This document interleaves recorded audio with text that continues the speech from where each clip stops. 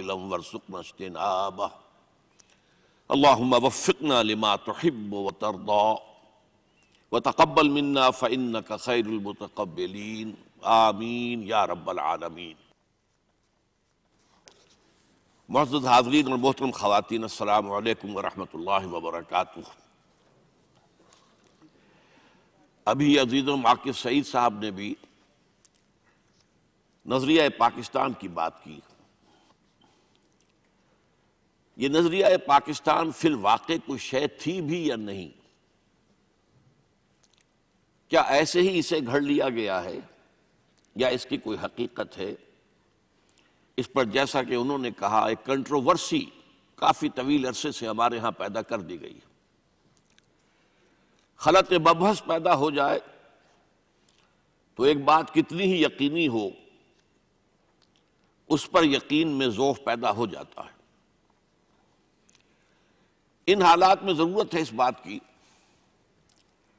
کہ دیکھا جائے پورے تجزیے کے ساتھ، ٹھنڈے غور و فکر کے ساتھ، کہ نظریہ پاکستان نام کی کوئی شے تھی بھی یا نہیں۔ اگر تھی تو وہ کیا تھا، اور خاص طور پر یہ کہ پھر اس کا خالق کون تھا۔ ابھی پچھلے دنوں آپ نے بھی اخبارات میں پڑھا ہوگا، الطاف حسین صاحب نے جو ایم کیو ایم کے لیڈر ہیں، خاص طور پر یہ بیان دیا کہ جو لوگ سمجھتے ہیں کہ علامہ اقبال نظریہ پاکستان کے خالق ہے، وہ بہت بڑی غلط فہمی میں مبتلا ہے۔ تو آج ہم چاہیں گے کہ ذرا اس مسئلے کو اچھی طرح سمجھیں، لیکن اس کے لیے ہمیں ذرا تھوڑا سا تاریخ کا جائزہ لینا ہوگا، خاص طور پر انگریزوں کے آنے کے بعد مسلم انڈیا کن مسائل سے دوچار ہو گیا تھا، اس کا ایک اندازہ۔ دیکھیے، جب انگریز ہندوستان میں آیا ہے، پہلے وہ تاجر کی حیثیت سے آیا تھا، لیکن 18ویں صدی کے وسط میں اس نے یہاں حکومت پر قبضہ کرنے کے عمل کا آغاز کیا۔ اس سے پہلے ہندوستان میں مسلمانوں کی حکومت رہی۔ بعض علاقوں پر، خاص طور پر وہ جو ہمارا اس وقت کا پاکستان ہے، ان علاقوں پر تقریباً 800 برس سے حکومت چلی آ رہی تھی۔ پورے ہندوستان پر بھی تقریباً 400 برس تک حکومت کی ہے۔ ظاہر بات ہے کہ مسلمان کا غلبہ تھا، مسلمان حاکم تھا، یہاں کے دوسرے ابنائے وطن جو ہیں وہ محکوم تھے۔ لیکن عین اس وقت جب کہ انگریز آ رہا تھا، صورتحال کچھ بدل چکی تھی۔ مرکزی حکومت جو ہے، مغلیہ حکومت، انتہائی کمزور ہو چکی تھی۔ حضرت اورنگزیب عالمگیر کے انتقال کے بعد زوال کا عمل جو شروع ہوا ہے، وہ تقریباً 100 برس میں اپنی انتہا کو پہنچا۔ یہاں تک ایک وقت وہ بھی آیا کہ کہا گیا ایک محاورے کے طور پر کہ حکومت شاہ عالم از لال قلعہ تا پالم۔ پالم ایک گاؤں تھا چند میل کے فاصلے پر، جہاں پھر ہندوستان کا ہوائی اڈا بنا، پالم ایئرپورٹ۔ تو گویا کہ شاہ عالم کی حکومت جو ہے وہ لال قلعے سے پالم تک تھی صرف۔ بقیہ پورے ہندوستان میں طوائف الملوکی، شمالی ہند میں سکھا شاہی، وسطی ہند میں مرہٹوں کی جو بھی دہشت گردی چل رہی تھی۔ پورا ہندوستان منقسم تھا ریاستوں میں، ان میں مسلمان بھی تھی، ہندو ریاستیں بھی تھیں۔ اس سب کے باوجود بحیثیت مجموعی مسلمانوں کا پلڑا بھاری تھا۔ لیکن 1857 کے غدر کے فروغ ہو جانے کے بعد اور ہندوستان کے براہ راست تاج برطانیہ کے تحت آ جانے کے بعد ایک بڑا بنیادی فرق واقع ہوا۔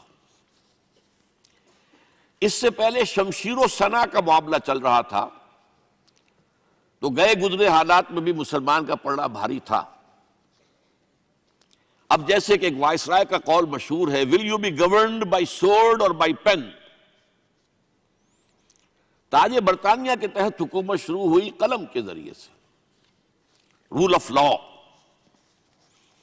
اس کے نتیجے میں جو صورتحال پیدا ہوئی ہے، اب ظاہر بات ہے اس کے تحت تو اب تعداد کا معاملہ رہ گیا، اب تلوار تو اب نیام میں چلی گئی، اب سارا معاملہ تعداد کا تھا۔ تو ہندوؤں کی جو عددی اکثریت تھی اس کے اثرات ظاہر ہونے شروع ہو گئے،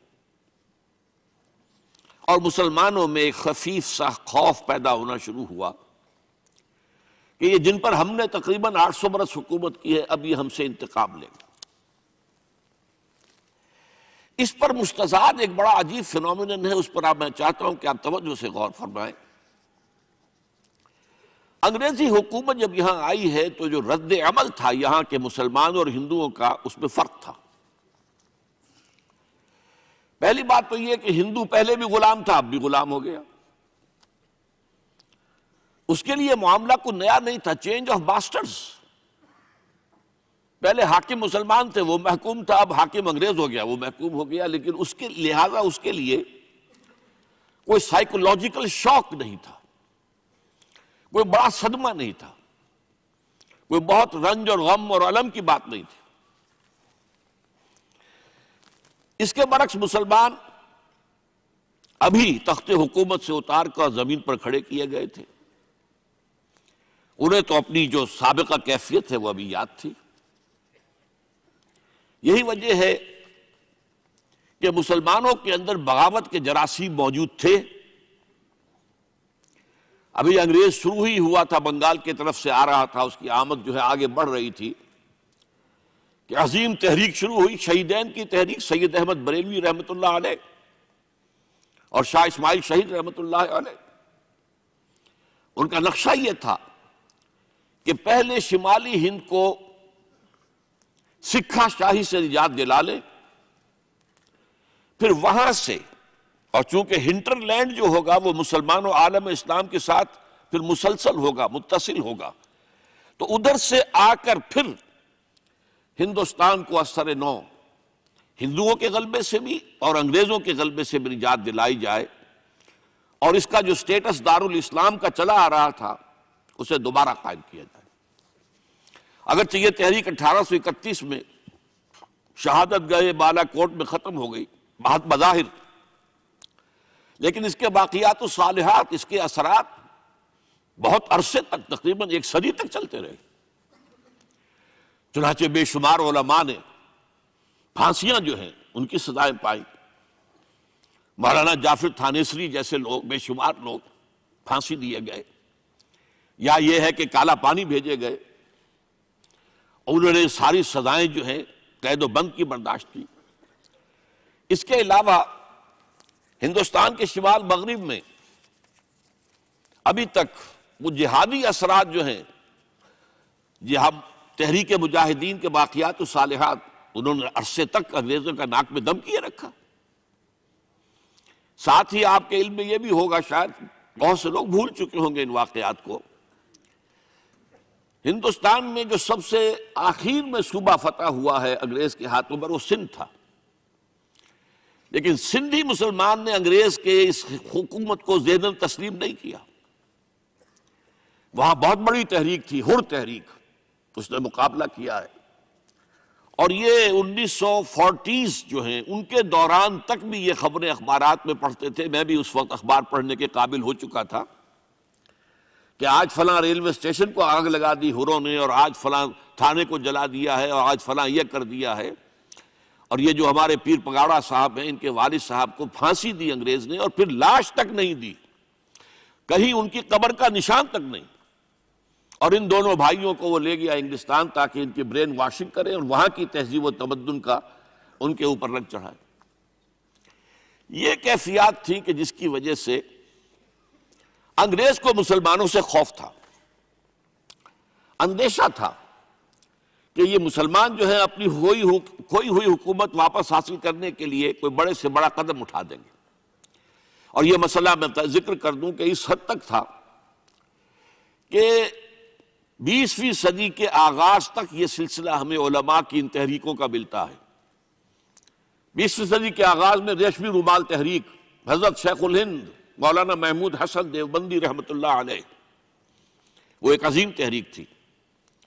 انہوں نے ایک طرف اپنے ایک نائب کو مولانا عبید اللہ سندھی کو بھیجا تھا افغانستان،